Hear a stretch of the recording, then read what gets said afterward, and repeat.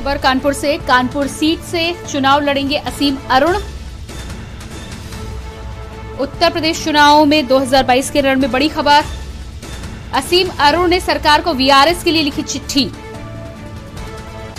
असीम अरुण ने सरकार को वीआरएस के लिए लिखी चिट्ठी। के न्यूज की एक्सक्लूसिव खबर आपको दिखा रहे हैं। कानपुर से खबर, असीम अरुण बीजेपी के टिकट पर लड़ेंगे चुनाव। कन्नौज से लड़ेंगे चुनाव। असीम अरुण अब सियासत में भी करेंगे एंट्री।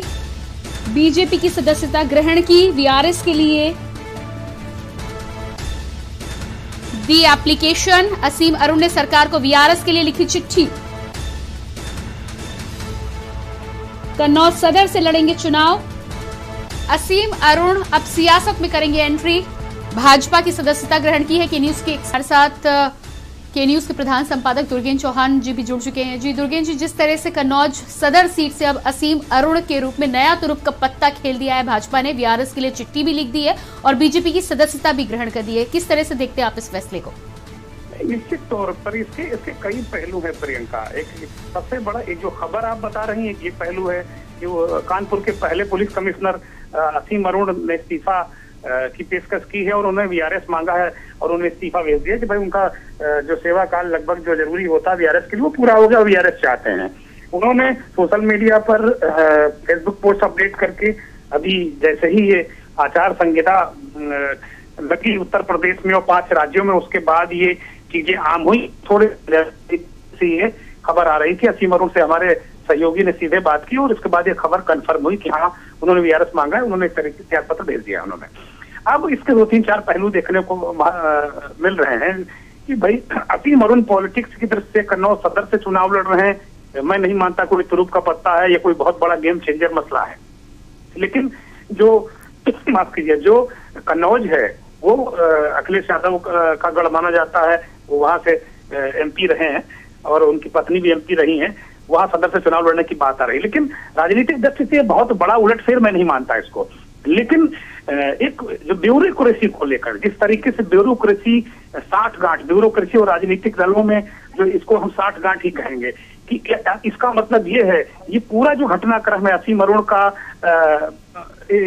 वीआरएस के लिए आवेदन करना, भारतीय जनता पार्टी में शामिल होना, इससे पूरे काडर पर ये सवाल उठता है कि क्या लोग एक राजनीतिक पार्टी के साथ में काम कर रहे हैं, सिर्फ एक राजनीतिक दल के लिए काम कर रहे हैं। इसका मतलब वो खुद असीम अरुण और पूरा सिस्टम सवालों के घेरे में आ गया है कि इसका मतलब आप जब से आपकी पोस्टिंग कानपुर में हुई तब से लगातार आप बीजेपी कार्यकर्ता की तरह काम कर रहे हैं। ये बड़ा एंगल है, बड़ा सवाल है कि आप बीजेपी कार्यकर्ता की तरह उस एंगल से काम कर रहे हैं। इधर हाल के 6 महीने के अंतर्गत अगर उनकी सामाजिक सक्रियता को देखा जाए तो उन्होंने अपने गांव गौरन का पुरवा है, तिरवा विधानसभा क्षेत्र में, कन्नौज के तिरवा के गौरन पुरवा गांव है इनका, वहां पर उन्होंने कई कैंप करवाए हैं। कन्नौज में इन्होंने कई कैंप करवाए हैं, आई कैंप करवाए हैं और तमाम उनकी गतिविधियां रही हैं। तमाम एक तरीके से जो पॉलिटिक्स के पहले जो एक्सरसाइज की जाती है वो देखने को प्रियंका मिली है। जी बिल्कुल दुर्गेन जी, जिस तरह से जी दुर्गेन जी, मेरे मन में एक और सवाल यहाँ पर उठ रहा है। जिस तरह से असीम अरुण की आपने बात की कि जब से कानपुर में पोस्टिंग है तब से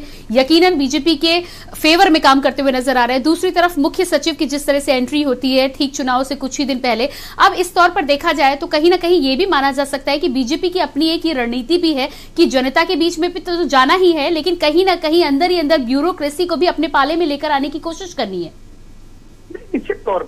निश्चित तौर पर दुर्गा शंकर मिश्रा वो भी कानपुर में रहे हैं और तमाम उत्तर प्रदेश में विभिन्न पदों पर रहे हैं। उनको लाना एक तरीके से विशुद्ध ब्राह्मण कार्ड ब्यूरोक्रेसी के जरिए जो कुछ हो सकता है वो खेला गया है। इसमें इसको लेकर विपक्ष सवाल भी उठा रहा है, लेकिन फिर हम उसी पर लौट कर आएंगे कि जो असीम अरुण के पिता भी उत्तर प्रदेश के डीजीपी रह चुके हैं, श्री राम अरुण, और वो कानपुर के आईजी भी रह चुके हैं। तो उनका भी एक अच्छा खासा एक उनका सामाजिक दायरा था और एक अच्छे पुलिस अफसर थे।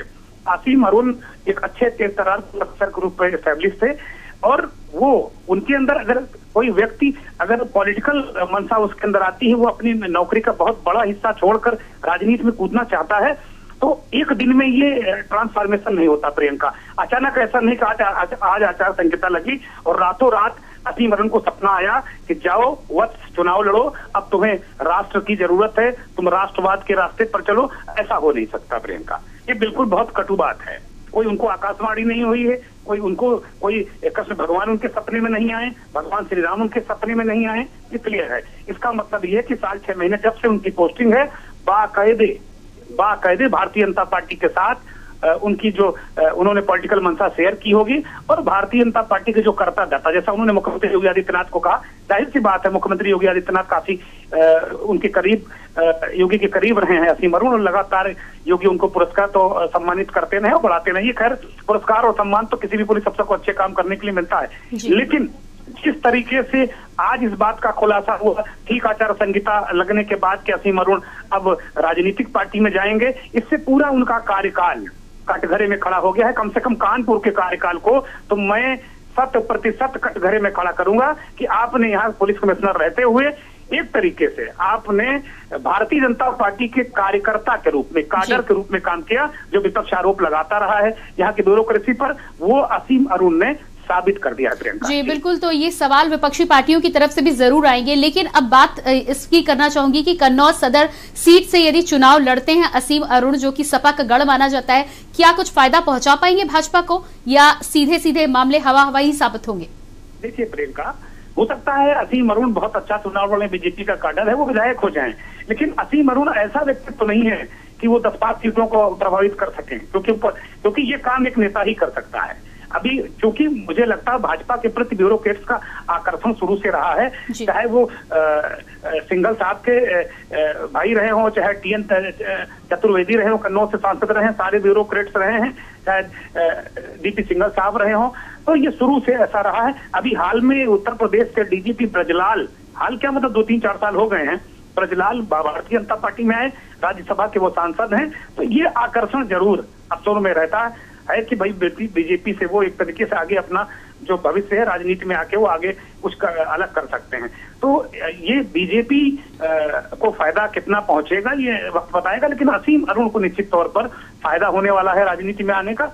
लेकिन मैं फिर एक बार वही सवाल उठाऊंगा कि भाई आप एक काम कर ले, पुलिस की वर्दी पहनकर, पुलिस का चोला पहनकर, मैं पत्रकार हूं, अगर मैं राजनीति भी करूं, किसी दल विशेष के लिए मैं किसी न्यूज चैनल में रह के काम करूं, किसी अखबार में रह के काम करूं, मैं किसी डिजिटल प्लेटफॉर्म में रह के किसी न्यूज चैनल के लिए काम करूं, तो फिर ये तो वही हुआ ना कि आप खाल किसी और की पहने हैं, काम किसी और के लिए कर रहे हैं। तो आपने एक वर्दी पहनी, एक कसम खाई है, संविधान की कसम खाई है, शपथ ली है आपने, तो आप सबको समान दृष्टि से देखेंगे।